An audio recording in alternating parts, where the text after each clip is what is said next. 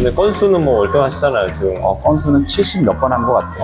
하루에 2건씩 했다라고 그렇게 얘기를 600건인가 700건 사이였던 것 같아요. 4명. 하루에 4명씩 고객을 만나는. 고객을 만나는 거. 계약이 아니고 고객을 만나는. 한 방에 지금 신물자가 되게 생겨가지고 엄청난 리스크를 겪고. 그럼 이렇게 이제 해서 이제 만났다라고 이제 가정을 한번 해볼게요. 그러면. 네, 이제 만나 뵀어요. 네. 잘생기셨네요. 네. 감사합니다. 네. 잘생기셨는데요. 네, 보험에 대해서 관심이 없으신 거는 그만큼 집안이 건강하고 또 보험을 타먹을 만큼의 어떤 병력이나 병원에 자주 가지 않는다는 뜻으로 봐도 될까요? 그렇죠. 제가 건강해서 운동도 자주 하거든요. 그래 보이네요. 네, 그래서 따로 이제 보험에 대해서는 관심이 별로 없었거든요. 관심이 없는데 보험료는 얼마나 내시나요? 보험료 그래도 뭐 실비랑 뭐 이것저것 좋다는 거 그냥 이건 해야 된다고 해서 뭐 종신보험도 하나 있고 해서 한 30만 원 정도 내고 있어요. 건강하신데 네. 그럼에도 불구하고 30만 원씩 그러니까요. 30만 원씩 내고 있는데 그 보험료를 적어도 20년은 내지 않겠습니까? 그러니까 이게 근데 필요가 있나 7천만 원의 돈을 들여서 그러니까요. 그 가치를 실현시킨다는 건 내가 아파야 되는 거잖아요. 그렇죠. 근데 아프지 않을 수 있지 않습니까? 안 아팠어요. 그렇죠. 그 돈을 돌려받고 싶나요? 그렇죠. 돌려받고 싶죠. 그 상품인가요? 라고 생각한다면 그렇게 점검해 봤나요? 그거는 잘 모르겠네요. 그러니까요. 네. 그런 것들을 체크하는 거죠. 고객의 목적이 무엇이냐에 따라 이 바라보는 시각과 상품은 달라질 수 있어요. 근데 안보험을 가입했다잖아요. 그랬잖아요. 안보험은 소멸형이죠. 그렇지 않을까요? 그렇죠? 네. 암에 안 걸리면 날아가겠죠? 그렇죠. 원하지 않는 거라셨네요. 그런. 이렇게 생각하면 그걸 정리해야죠. 그러면 적립도 되고 암에 걸리면 돈도 받고 암에 안 걸리면 낸 돈 다 돌려받을 수 있고 상품이 있을까요? 그런 게 있을까요? 있죠. 있으니까 얘기를 하겠죠. 그런 것들을 준비할 수 있는데 그 돈이 30만 원도 넘지 않는다면 어떠시겠습니까? 비슷한 돈이라면 괜찮죠. 그렇게 준비해 볼까 합니다. 아, 오히려 그 30만 원 중에서 보험료라는 비용이잖아요. 안 아플 수도 있으니까 그 비용을 좀 반으로 줄이고 반은 그래도 노후나 종잣돈을 해서 저축을 해서 그 돈이 좀 저축이 되고 복리로 돈이 늘어나거나 또 그 돈을 자녀한테 증여해서 비과세로 넘겨준다거나 이런 모델을 그린다면 그것도 괜찮지 않겠습니까? 그래서 과장님이 현재 처한 환경, 예를 들면 월급은 얼마 정도를 버는지 그리고 한 달에 쓰는 고정비는 얼마인지 그리고 남는 돈을 가지고 저축을 한다면 그 저축을 가지고 어떤 계획을 세우고 있는지 그 계획이 현실적으로 어느 정도까지 수립할 수 있는지 그리고 나이가 들었을 때의 노후 대책으로 막연하잖아요. 뭐 퇴직연금 있겠죠. 그리고 국민연금 받겠죠. 그렇죠. 그걸 기대하는 사람은 없잖아요. 좀 더 공격적으로까지는 표현은 아니더라도 적극적으로 본인이 스스로 자립할 수 있는 사업을 준비한다거나 아니면 좀 더 디테일하게 투자를 잘해서 미국 주식에 배당을 좀 더 받을 수 있도록 계획을 세워 나가신다거나 아니면 오피스텔이나 이런 걸 관심을 두고 준비를 하신다거나 이런 종잣돈을 만들 수 있는 계획도 이제는 필요한 시기라고 보여집니다. 그래요. 이제는 돈을 좀 지킬 필요가 있으시죠. 사실 일하신 지가 그래도 한 20년 뭐 그동안 꽤 일찍부터 일을 하셨네요. 그렇죠. 네. 이렇게 일을 하셨는데 지금 현금 자산은 얼마나 있는 것 같아요? 지금요? 돈이 사실 별로 없어요. 와이프가 다 가져가서. 그럼요. 네. 뭐 누구나 다 네. 남편들은 돈이 없어요. 저 빠듯한 그래도 것 같아요. 우리 집안에 현금 자산이 얼마나 있을 것 같아요? 한 5천에서 1억 정도 있지 않을까요? 그렇죠? 네. 그럼 지금 나이 때 5천에서 1억에 쓰이는 용도가 절대 종잣돈으로 갈 수는 없어요. 그러니까 자산에 투자할 수 있는 돈을 아직도 아이가 커야 되고 그렇죠. 아이가 고등학생이에요. 아이한테 투자되는 돈이 필요하고 그리고 우리 집도 또 이사 갈지도 모르고 정해진 게 하나도 없다라는 부분에서는 그 돈이 투자돼서 그 돈이 다른 역할로 쓰여질 수는 없는 거예요. 맞아요. 돈이 만들어지는 시기가 50대냐 60대냐에 따라 돈의 용도는 달라집니다. 그 돈이 어떻게 쓰여질 수 있는 것도 지금 40대 1억과 60대 1억은 또 다른 가치로서 다가설 수 있어요. 만약에 60대 1억이 만들어져 있다 그러면 만들 수 있다 그러면 그 돈은 뭘로 쓰여지겠습니까? 은퇴자산으로 당연하죠. 써야겠죠. 그 전까지는 내가 할 수 있는 것들은 최대한 다 해보고 그럼에도 그 돈이 지켜지길 바란다는 게 사람 욕심 아닐까요? 그렇죠. 근데 사실 우리는 이 시간을 그렇게 활용해서 그 돈이 지켜져야 됩니다. 그래야 그 돈을 적절한 시기 때 적절한 곳에 투자할 수 있는 거죠. 그래야 노후도 좀 아름답게 갈 수 있는 거 아니겠습니까? 그래서 이제는 분산이 필요하고 그 돈을 지키기 위해서 전략을 잘 짜서 상품을 잘 배치해서 운영해 나가셔야 될 가능성이 있습니다. 근데 이제 요즘에 금리가 이제 높다 보니까 은행이나 이런 데서 적금을 뭐 많이 이렇게 해라 막 이렇게 해서 그런 것들을 하고는 있거든요. 네. 근데 그렇게 돈을 투자하고 적금을 해서 이자 높은 곳에 투자했다 하더라도 아파트 대출을 갚으면 저는 그거에 대해서는 그 돈이 쓰여진 거죠. 20년을 일했다지만 1억이 모여져 있다는 건 1년에 네. 500씩밖에 돈을 저축 안 한 것밖에 안 돼요. 그렇게 생각하니까 그렇네요. 근데 그게 50대, 60대에도 1억이 남을 수 있다라고 자신할 수 있나요? 과거에 모았던 시기의 그 환경과 지금부터 20년이 남은 20년 동안에 모아야 되는 그때 지금의 환경은 너무나 다르잖아요. 지금 벌어들이는 돈으로도 커버하기가 빠듯할 수도 있어요. 그렇다고 이 남아있는 이 시간에 우리는 지금 이 시간이 앞으로 남은 시간이 20년이 남아있지만 네네. 20년이 지난 시점에서는 그 다음에 20년은 없지 않습니까? 그렇죠. 돈을 모으거나 계획 세울 수 있는 시간. 이 마지막 남은 이 찬스에 이 기회를 날려버리시기보다는 이제는 지킬 수 있도록 좀 계획을 좀 구체적으로 다듬어 가실 필요가 있다고 생각해요. 말씀해 주시니까 좀 그런 생각이 좀 들긴 드네요. 갖고 있는 1억은 없다 생각하신 것도 좀 속편할 수도 있어요. 아, 그래요? 어차피 집 이사 간다 그러면 모자랄 돈 아닙니까? 그렇죠. 예. 지금 집은 어떻게 샀나요? 다행히 자가를 하나 샀어요. 아, 그래요? 어느 동네신가요? 저 용인 쪽인데 근데 빚만 엄청 많아요. 아직 빚이 더 많이 남아있어요? 그럼요. 예. 그럼 내 집이 아니잖아요. 그렇죠. 이제 은행 대출 지금 갚는 중이죠. 1억보다 대출이 많나요? 1억보다 조금 더 있을 거예요. 그래요? 그럼 1억도 없네요. 그러네요. 네. 그러네요. 본인이 결정을 안 한 것 뿐이죠. 그렇죠. 1억을 갖고 좀 더 불려서 네. 대출을 갚을 만큼 돈이 불어나기를 바랄 수도 있겠죠. 그러네요. 그렇지만 결국에는 그 돈은 집이라는 곳에 재산에 들어가는 거잖아요. 근데 빚을 한꺼번에 갚으면 너무 돈이 없을까봐. 그래서 갖고 있는 거잖아요. 네, 맞아요. 지금은 그런 운신의 폭이 있는 거죠. 소득이 있으니까 저울질할 수 있는 거죠. 네. 이렇게 저울질하다 보면 시간이 흘러서 그때 남아있는 1억은 진짜 온전히 노후에 투자할 수 있는 1억이 돼야 되잖아요. 네네. 그래서 이제는 돈을 관리하는 게 중요한 것 같습니다. 근데 이제 최근에 뉴스나 이런 데 들어보면 주택연금 얘기를 많이 하더라고요. 네. 빚을 다 갚고 이렇게 하면 나중에 얘만 있어도 괜찮지 않을까요? 좋은 말씀이신데요. 네. 주택연금을 만약에 신청하신다고 하면 그 집은 결국에는 이제 반납하게 되잖아요. 그렇죠. 그 선택이 그때 가서 할 수밖에 없는 선택이었으면 그거는 모든 가족들이 인정할 수밖에 없겠죠. 근데 지금은 그렇지 않게 할 수 있는 선택권도 있지 않습니까? 그렇죠. 준비를 하면 네. 주택연금에 대한 걸 선택하기보다는 그 집은 자녀나 누구한테도 좀 더 재산을 물려줘서 좀 더 원활하게 나보다 더 좀 편하게 살 수 있게끔 기회를 줄 수도 있잖아요. 그렇게만 되면 좋죠. 그리고 나는 지금 다시 계획을 세워서 또 다른 노후 준비를 할 수 있는 시간이 있으신데 지금부터 그런 거를 고민하실 필요는 없지 않나 싶어요. 지금 주택연금 제도가 20년 뒤에 있으리란 법은 그렇죠. 그것도 가봐야지 알죠. 네, 그럼 어떻게 가능할까요? 근데 제가 지금 워낙 돈벌이가 작아서 지금 애 키우고 하는데 남는 게 없어요. 갖고 있는 고정비 30만 원 보험료에서도 좀 종잣돈을 배분할 수 있도록 좀 다이어트를 시켜보는 것도 방법이지 않을까요? 어차피 건강하시는데 네. 안 아플 수도 있겠지만 의료보험이나 에서 커버할 수 있는 것들은 최대한 줄이고 커버하지 않는 쪽 위주로 재배치한다면 어떠실까요? 그러면 괜찮죠. 괜찮을 것 같아요, 저도. 그리고 갖고 있는 고정비 중에서 좀 더 줄일 게 있는지, 변동비 중에서 좀 여유롭게 잡을 수 있는 최소한의 금액은 얼마인지까지도 저한테 오픈해 주신다면 그걸 통해서 포트폴리오를 한번 구성해 볼까 합니다. 이왕이면 한 3년에서 5년 주기로, 또 종잣돈은 10년에서 15년 주기로 좀 장기간으로 좀 분산시켜서 운영해 보시는 걸 추천드릴게요. 장기간으로 너무 돈이 묶이면은 또 좀 그래서 가볍게, 어렵지 않나요? 가볍게. 가볍게? 소득의 10% 수준만. 이 정도면 어떠세요? 소득의 10%요? 그 정도면 괜찮겠네요. 그러니까요. 네. 어차피 과거에 20년 동안도 소득의 10%를 지켰다면 지금 1억 말고도 더 있지 않았을까요? 그렇죠. 그 돈이 없었다고 사는데 지장을 받지 않았을 테니까요. 좋은 말씀. 시간적 가치는 그런 가치인 것 같아요. 좋은 말씀이십니다. 근데 지금 명분이 더 있죠. 나이가 40이 넘었잖아요. 네. 한 10년 안 남은 것 같아요. 그러니까요. 네, 퇴직까지는. 근데 10년 안 남은 거는 지금의 갖고 있는 환경을 변하지 않았을 때 얘기지만 우리가 다시 정년퇴임했다고 해서 일을 안 하진 않을 거예요. 맞죠. 최대 없으니까. 그래도 70까지는 일을 해야죠. 우리 와이프들이 원하는 남편의 상은 누굽니까? 계속 일하는 계속 일하는 거죠. 네.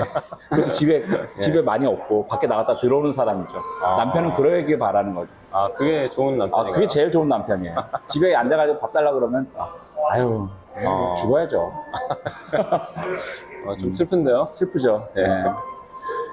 알겠습니다. 그러면 제가 뭐 뭘 준비하면 될까요? 네. 제가 준비해서 올 건데 이제 FF 받고 이제 제가 계획성은 이제 갖고 있는 보험을 다시 한번 살펴봐야 되기 때문에 동의를 받을 거고 그걸 통해서 제가 다시 포트폴리오 준비해서 오겠습니다. 네. 알겠습니다. 이렇게 하시는군요. 네. 제가 딱 이렇게 느꼈던 거는 보험이 있는데 이제 보험을 더 업그레이드 하는 어떤 그런 느낌보다는 뭔가 이렇게 반대로 얘기하시는 느낌이 좀 들었어요. 다이어트 하자, 오히려. 줄이자. 사실 줄이자고 하는 거는 내가 얘기한 게 아니라 고객이 원했던 거죠. 그렇죠, 예를 그렇죠. 들면 고객은 안 아픈데 건강한데 관심이 없는데 보험료를 30만 원씩 내고 있대. 그렇죠, 그렇죠. 30만 원이면 거의 20년치 낸다고 7천만 원이 넘는 맞죠. 돈인데 네. 그 돈이 다 버려지길 바랍니까? 라는 질문에 고객은 거기서 시작한 거죠. 그 생각은 아무도 안 하죠. 그렇죠. 그래서 약간 그 생각의 전환이 좀 이렇게. 왜냐하면 보험은 다 나름대로 사연이 있지 않습니까? 누구한테 그렇죠. 들어주신 네. 것들이잖아요. 그 사연에 대한 것으로 따져보면 이 보험의 가치는 사연이 있는 가치지 보장의 가치를 두고 염두에 두고 가입한 건 아니잖아요. 맞네요. 근데 이거를 이제 재정적 관점에서 돈으로만 평가라고 이 보험을 설계해 보면 7천만 원 돈에 대한 가치가 그렇죠. 나한테 정말 보장의 가치로서 중요하고 맞아요. 필요성이 있냐라고 한 번쯤은 되짚어 볼 필요가 있다라고 맞아요. 따져볼 필요가 있죠. 30만 원이라 했는데 바로 20년 계산해서 7천만 원이라 딱 얘기하니까 다르죠. 좀 느낌이 달랐던 것 같아요. 네.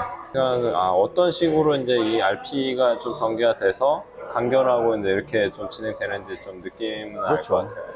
아직도 많은 보험 쪽에 종사하시는 분들이나 설계사님들은 고객들을 만나는데 고민을 많이 하죠. 네. 고민을 많이 하는데 저는 할 얘기가 참 많은데 한 가지만 말씀드리면 고객한테 비춰지는 나의 모습이 보험 설계사로 비춰지는 거랑 자산관리사로 비춰지는 거랑은 좀 많이 다르지 않나 싶어요. 다르죠. 우리는 보험을 판매해야죠. 그리고 우리는 종신보험을 판매해야죠. 또는 연금을 판매해야죠. 이 상품을 가지고 고객한테 상품으로서 전달하는 게 아니라 그 상품에 어떤 의미를 부여시키고 어떤 목적을 입히냐가 더 중요한 것 같아요. 맞아요. 그러니까 설계사로서 다가서서 보험을 분석하기보다는 그 사람의 스토리를 듣고 그 사람한테 재정적으로 어떤 방향성을 가져가게끔 이 상품들이 선택되게끔 만드냐 결정짓게끔 하는 게 우리의 역할이 돼야 되기 때문에 조금 더 고객들한테 다가서는 모습이 역지사지라고 고객 입장에서는 내가 어떻게 비춰지길 바라는지를 본인 스스로가 생각해 보면 좀 더 좀 명쾌하게 답이 나오지 않나. 좋은 말씀이신 것 같고 최근에 보면은 이제 단기납 정신이 많잖아요. 난리 났죠. 난리 났잖아요. 그래서 반대로 보면 어떻게 보면은 이제 FC들이 단기납 종신을 판매할 사람을 찾고 가자마자 이런 플랜들이 괜찮은데 이거 어떻게 생각하냐 약간 이런 식의 AP를 많이 하거든요. 그렇죠. 네. 근데 이제 그런 쪽이랑 그게 저랑 안 맞아요. 저는 이제 관심이 없으신 거네요. 네. 그러니까 상품의 기능과 특징을 가지고만 상품을 판매하다 보면 거기서 또 다른 변수들이 그 상품으로부터 나오는데 계속 상품들은 다른 상품과 비교될 수밖에 없기 때문에 그런 것들이 고객한테 또 다른 이제 그 반대로 계약이 해지되거나 실효될 수밖에 없는 또 하나의 또 이유가 될 수도 있는 거라 옛날에 그런 게 있었잖아요. 20년 전에 입사했던 저로서는 2005년도 당시만 해도 프루덴셜에서 종신보험을 우리나라에 들여와서 처음으로 판매했던 시절이었거든요. 맞아요. 그때 가족사랑의 실천은 종신보험이다. 종신보험이다. 그런 그 컨텐츠가 종신보험이라는 것을 흔들지 못하고 지금까지 그 보험을 유지하고 있는 사람들이 20년 동안 있거든요. 저는 그 목적의 힘은 바꿀 수 없다고 생각이 들어요. 그렇죠. 어쨌든 이제 그런 본질적인 거에서 좀 더 이렇게 잘 접근하신 것 같아서 오래 일하기 위해서는 네. 자기의 철학도 중요하고 고객한테 어떻게 비춰지냐의 모습도 중요하고 결국은 우리는 소개를 받고 계속 또 다른 분들을 만날 수 있는 기회를 마련해야 되기 때문에 소개를 받는 어떤 노하우 이런 것들도 좀 있을까요? 사실은 소개를 받으려고 요청을 해본 적은 당연히 사원이 너도 있을 텐데 소개를 해달라고 하면 우선 고객들의 반응이 어때? 부담스러워하죠. 부담스러워하지. 네. 왜 부담스러워하냐면 나를 추천한다는 건 뭔가 계약을 하라고 그쵸. 하는 듯한 느낌을 받으니까. 네. 그래서 싫어하고, 두 번째는 그 사람의 의사도 좀 물어봐야지 추천해 주시지 그쵸. 않냐라고 하면서 거절도 많이 해. 한번 물어보고 알려드릴게요. 물어보고 알려드릴게요. 아무도 안 알려줘. 그럼 이것저것 다 따지고 고객의 입장을 배려하면 나는 받을 게 없어. 소개 안 나와. 근데 소개는 받아야 돼. 그렇죠. 나는 먹고 살아야 되니까 이라고 생각하면, 그래서 아까처럼 AP를 아까처럼만 했다고 치면 보험 설계사라는 부분보다는 좀 자산을 좀 그렇죠. 정리하는 사람처럼 비춰질 수 있잖아요. 네. 이런 것들을 좋아하고 저축을 좀 권유할 때 마음에 들어 할 수 있는 지인들이 있지 않을까라고 하면서 소개받는 사람들의 구체적인 직업이나 대상을 좀 질문을 통해서 얘기해. 형아나, 너 혹시 주변에 너랑 가장 친한 대학교 동기, 너 지금 다니는 직장에서 같이 차 마시면서 밥이라도 자주 먹는 친구, 너 중학교 동창, 혹시 너 주변에 사업하는 친구는 있니? 너 고등학교 찐 친구, 벌써 5명이죠? 이렇게 질문하면 바로바로 떠오르는 사람들이 그쵸, 있어요. 있죠. 네. 적어달라고 합니다. 적어주지만 먼저 전화하진 않을 거다. 너한테 허락을 받고 전화할게. 이건 약속할게. 굳이 적어야 돼요? 회사에서 이런 것들을 나의 실적으로 평가하기 때문에 나는 이것을 적어가야 돼. 라고 좀 그렇게 너스레를 떨면서 명단을 확보하는 게 중요해. 일단 명단은 무조건 확보해. 그리고 이 사람이 회사원인지, 너하고 무슨 관계인지, 얘는 어느 회사, 어느 동네에서 일하고 있는지 정도 간단하게 메모를 하고 마무리를 해. 그리고 이제 다음에 PC 때, 이건 지금 AP 때 받은 거야, 소개를. PC 때 가서 뭐라 그래? 연락했냐? 아니지. 계약을 했다면 둘 다 행복하지? 기분 좋을 때, 야, 저번에 출연한 사람 전화해도 되죠? 만약에 계약이 안 나왔어. 그럼 뭐라 그래? 다음에 좋은 게 있을 때 좋은 상품 다시 안내해 드리겠습니다. 혹시 저번에 출연해주신 분은 제가 한번 해봐도 되겠습니까? 약간 이런 표정으로. 그럼 뭐라 그래? 한번 해봐요. 이렇지 않겠어? 그럼 이제 내가는 이제 전화를 할 수 있는 기회가 된 거지. 연락을 해주진 않겠네요. 그런 사람들은. 절대 전화하지 말라고 해. 이 사람들 권유를 하지 말아달라고 해. 만나고 안 만나고는 이분들의 판단에 맡기게끔 했으면 좋겠다. 이건 되게 중요한 얘기야. 왜냐면 내가 언젠가 이 사람들한테 전화하면 이 A라는 사람도 내 고객한테 전화할 거 아니야. 이런 사람이 전화했다고. 그러면 얘가 전화한 이유가 뭘 것 같아? 전화냐? 왜 알려줬냐? 따져 물을 수 있지. 네. 그거는 얘가 나한테 뭐라 할 수가 없어. 나한테 전화하라고 허락을 했으니까. 너한테 필요하고 너가 도움될까봐 추천한 거고, 네가 만나기 싫으면 안 만나면 되고, 만나면 만나면 되지. 라고 얘가 커트해. 이건 어떤 의미냐면, 이 사람은, 이 소개자는 너가 먹는 게 있는지를 확인하고 싶었던 거야. 철저하게 차단시킨 거라 투명하게 나하고만 얘기할 수 있게끔 만든 거, 내 정보가 얘한테도 안 간다는 걸 확인하는 길이기 때문에 고객은 안심하고 나하고 싸울 수 있는 거지. 그렇게 되겠네. 진짜. 그럼 이게 콜드콜이야.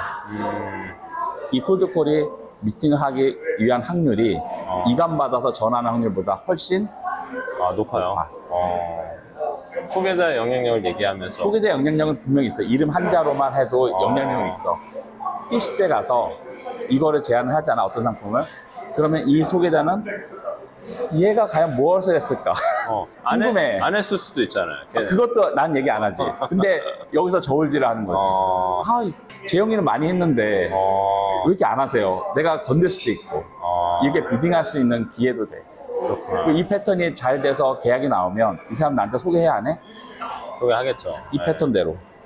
저번에 재영이 해준 것처럼 역시 여쭤봅니다. 왜 자꾸 이런 걸, 저는 계속 일을 오랫동안 해야 되니까요. 당당하게 받는 게 소개입니다. 내가 계속 일을 해야 너를 관리할 수 있으니까. 그러면은 이제 오늘 인터뷰 너무 감사한데, 마지막으로 이제 아마 보험 설계를 지금 시작했는데 되게 힘들어 하시는 분들이 있을 거예요. 낯간지러운 얘기 잘 못해서 그런 거 잘 못하겠는데, 현실적인 얘기. 현실적으로는 힘들면 사실은 선배를 찾고 조인을 하라고 얘기하고 싶고, 조인을 해서 뭔가를 좀 얻어가라고 매니저들이 계속 독려하는데, 실제 FC들은 자기가 계약하지 못한 사람들을 계약할 수 있는 노하우가 있을까봐 그 사람들 조인하려고 해. 근데 사실 매니저들이 원하는 조인은 뭐야? 내가 어떻게 고객하고 대화하고 그렇죠. 어떤 분위기를 이끌어가고 어떻게 상품을 전달하는지 이런 전체적인 흐름을 프로세스. 느끼게 해주고 싶어서 조인을 하라고 얘기하는데 오해가 많은 거죠. 힘들면 잘하는 사람을 찾아가거나 잘하는 사람한테 전화해서 조인을 요청하고 그 사람하고 같이 움직이면서 내 고객을 어떻게 요리하고 어떻게 디자인하고 어떻게 계약하는지에 대한 전반적인 흐름을 같이 몇 번에 걸쳐서라도 공유하고 경험을 쌓는 그 시간을 가짐으로써 또다시 활동할 수 있는 기회가 되지 않을까. 그러네요. 좀 슬럼프를 극복할 수 있는 어떤 모든 슬럼프의 극복은 네. 계약이다. 맞아요. 계약이 많이 나오면 슬럼프는 절대 없다. 알겠습니다. 일단 오늘 시간 내주셔서 감사합니다. 고마워. 네.